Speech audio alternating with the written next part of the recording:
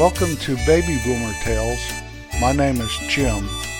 Today's episode is titled My 29 All-Time Favorite Music Songs, Volume 6. I've done 5 volumes before, obviously, and that's 145 songs. This Volume 6 took quite a while for me to put this together. Gone are the days where I just jot something down and I get 29 of them. But over the course of the last year and a half or something like that, I came up with 29. And I think these are an excellent choice for me. I've got to get busy on this because this always takes a lot of time to do this episode. We'll keep it under 20 minutes though, that's a promise from me. These are in no particular order of my favorites. They're just randomly on here, but let's start out with Our Town, written and recorded by Iris DeMent.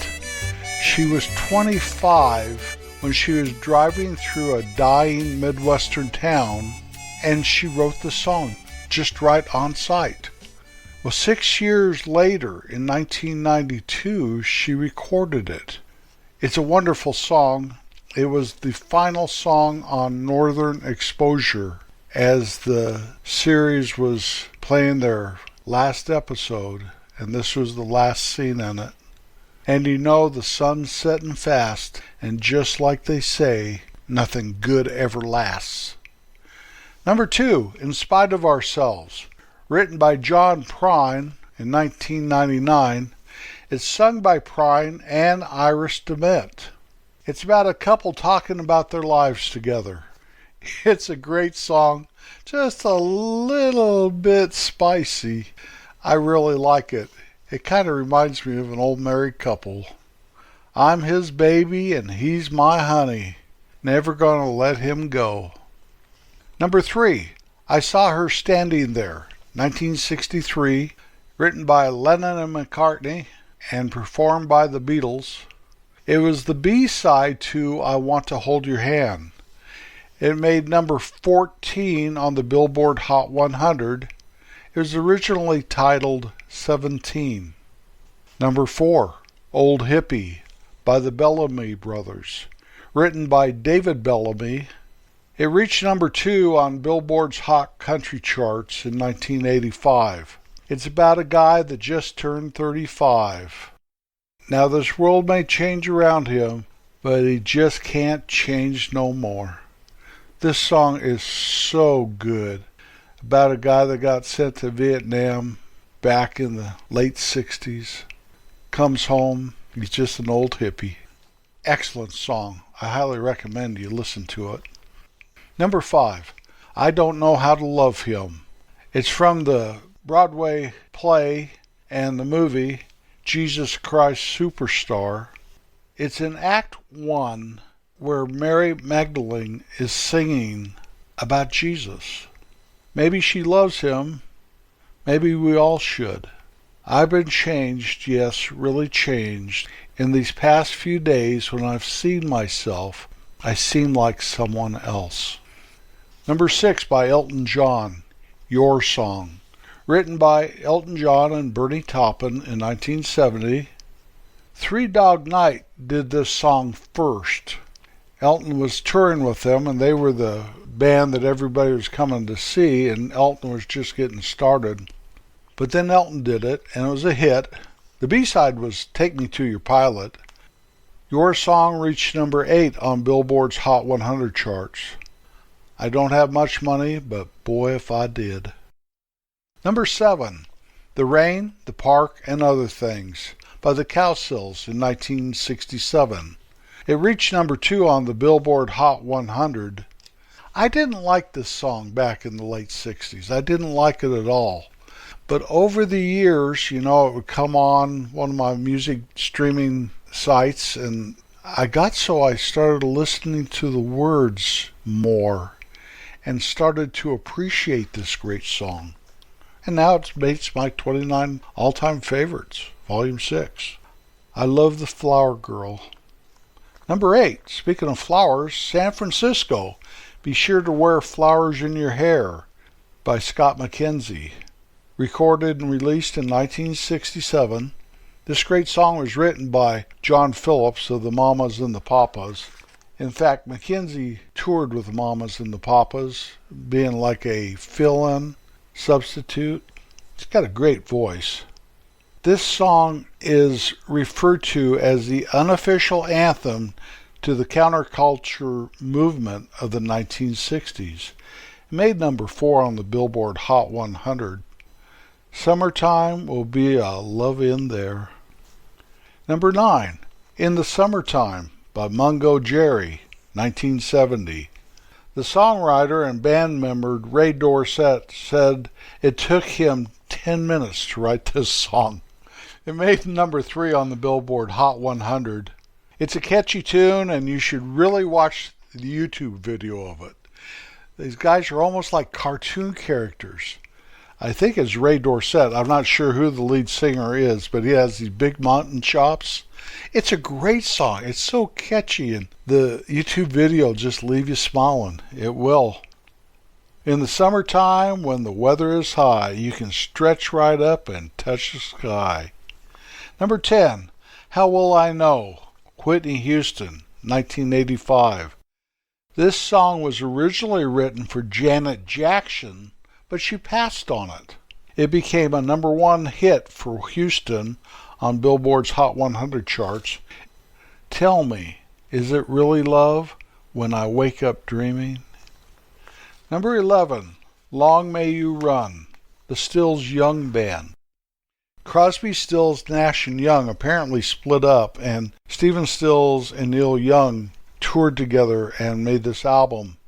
This great song is on the same name album in 1976. I always thought it was about his pickup truck for some reason, Long May You Run. But it's about Neil Young's hearse. He had a hearse, a hippie car, a hearse. And he named it Mort, Getting to the Surf on Time. Number 12, Coal Miner's Daughter, Loretta Lynn. 1970, it made the number 1 Billboard's country chart. Sissy Spacek sang it as well on the movie Coal Miner's Daughter. Actually, Spacek did all the vocals on that music soundtrack and in that album, as per what Loretta Lynn suggested and coached Spacek on. In a Cabin on a Hill in Butcher Holler. Loretta Lynn, the queen of country music. Number 13, To Know Me, Lauren Daigle, 2023. It's such a heavy, loving song. To know why my heart may take a while to mend, to know me, you would have to know my friend. I highly suggest you find this song and listen to it. Maybe read the words as you listen along. Number 14, Just Like a Woman, written and sung by the great Bob Dylan in 1966. Is number 33 on the Billboard Hot 100. This song has been scrutinized as sexist, but I think Dylan was talking about a love interest. My opinion, of course. Bob Dylan, in my opinion, is the greatest songwriter of my generation. The second greatest, I believe, is John Prine. And I have 3 of Prine's songs on this list this time. I didn't discover him till later in life, and I'm glad I did. But when we meet again, introduced as friends, just like a woman. Number 15, Small Town, written and recorded by John Cougar Mellencamp, 1985. I'm not sure he's still going by Cougar back then, but I always refer to him as that. It's about growing up in a small town in Indiana. The town's name was Seymour, and it's next to Bloomington, which was the big town. One thing I like about this song is Bloomington is where my dad was born, right in that area, and I still have distant relatives in Bloomington. I had to find all this out through doing genealogy, but still. It reached number 6 on the Billboard Hot 100 charts. All my friends are so small town. My parents live in the same small town. Number 16, 100 Pounds of Clay, Gene McDaniels, 1960. It reached number 3 on the Billboard Hot 100 charts. This great song was banned by the BBC on all British radio stations because they said it made women sexual beings. Now, I disagree with the BBC on this. He took 100 pounds of clay and made my life worth living. Number 17, Tell That Angel I Love Her, written and recorded by John Foster, who was a contestant on American Idol this past season. It's about a friend of his best friend, and she had passed away. Number 18, Oh Pretty Woman, Roy Orbison, 1964. It was written by Orbison and Bill Dees. It spent 3 weeks at number 1 on the Billboard Hot 100. There's a little bit of controversy with this song. The album said, Come With Me Baby, and the producers and record label thought that that was too risque of a line, so they made Orbison change that line to Come To Me Baby. Yeah, she's walking back to me, oh, oh, pretty woman. Number 19, Three Wooden Crosses by Randy Travis, 2002. This great song became Travis's 16th number 1 song, and it was also his final number 1 song. It's really a tearjerker. It's really worth listening to. There are 3 wooden crosses on the right side of the highway. Why there's not 4 of them, heaven only knows. Number 20, I Was Country When Country Wasn't Cool. Barbara Mandrell, and it had George Jones there at the end.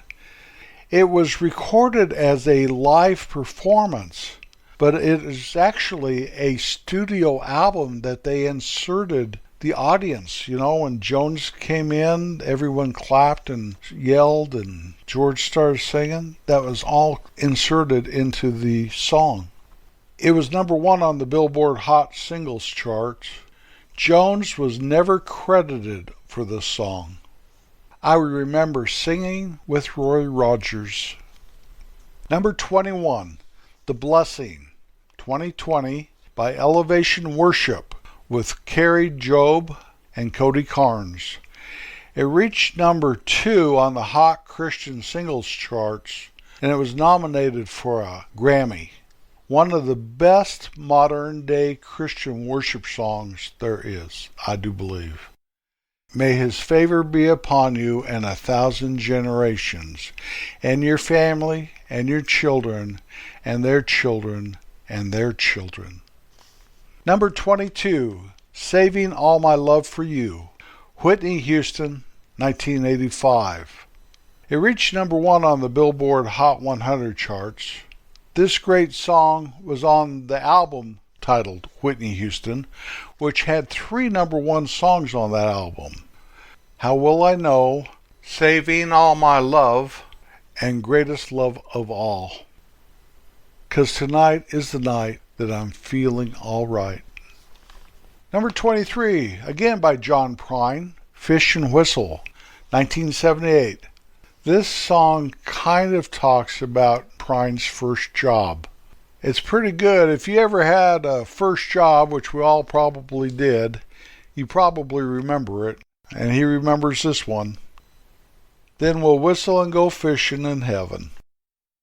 Number 24, All the Best, John Prine, 1991. He wrote this great song after a divorce. It's from the album The Missing Years. Well, it's a doggone shame, and it's an awful mess. I wish you love, I wish you happiness. Number 25, Traces of You. It was recorded in 2025 by Slater Nally, who also wrote it. He was on American Idol also. Slater, I believe, came in 4th, and John Foster, who we talked about a little earlier, came in number 2 in that competition.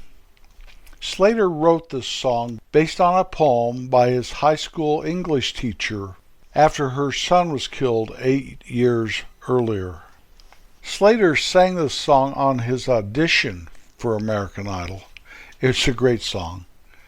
And for a second, I swear, you're standing right here. Number 26, This Magic Moment, 1969, Jay and the Americans. It reached number 6 on the Billboard Hot 100. It's in the movie The Sandlot. If you can remember that movie when Squints dives off the diving board to get the lifeguard's attention, he sinks to the bottom and she has to jump in and rescue him. It's a great cinematic scene. It is. And then it happened. It took me by surprise. Number 27, I Shall Be Released. 1967 by the band, written by Bob Dylan. It's on the album Music from Big Pink. Rolling Stone magazine calls it the number 6 greatest song that Dylan ever wrote. It's this big pink house in Sagittarius, New York, where they used to hang out and write music and record music, and this album, Music from Big Pink, was recorded there. I see the light come shining from the west down to the east. Number 28, We Are the World, USA for Africa, 1985. The three main players in this was Lionel Richie, Michael Jackson, and Harry Belafonte. This great song was designed and recorded to be a charity to help ease the pain of poverty in Africa. Some of the solo people from this album, because there were a lot of people there. There were probably 30 or 40 people singing this. But the soloists were Lionel Richie, Stevie Wonder, Paul Simon, Kenny Rogers, James Ingram, Tina Turner, Billy Joel, Michael Jackson, Diana Ross, Dionne Warwick, Willie Nelson, Al Jarreau, Bruce Springsteen, Kenny Loggins, Steve Perry, Daryl Hall, Huey Lewis, Cyndi Lauper, Kim Carnes, Bob Dylan, and Ray Charles. If you get a chance, I can't remember what streaming service it's on, but watch the making of that. It is really quite amazing.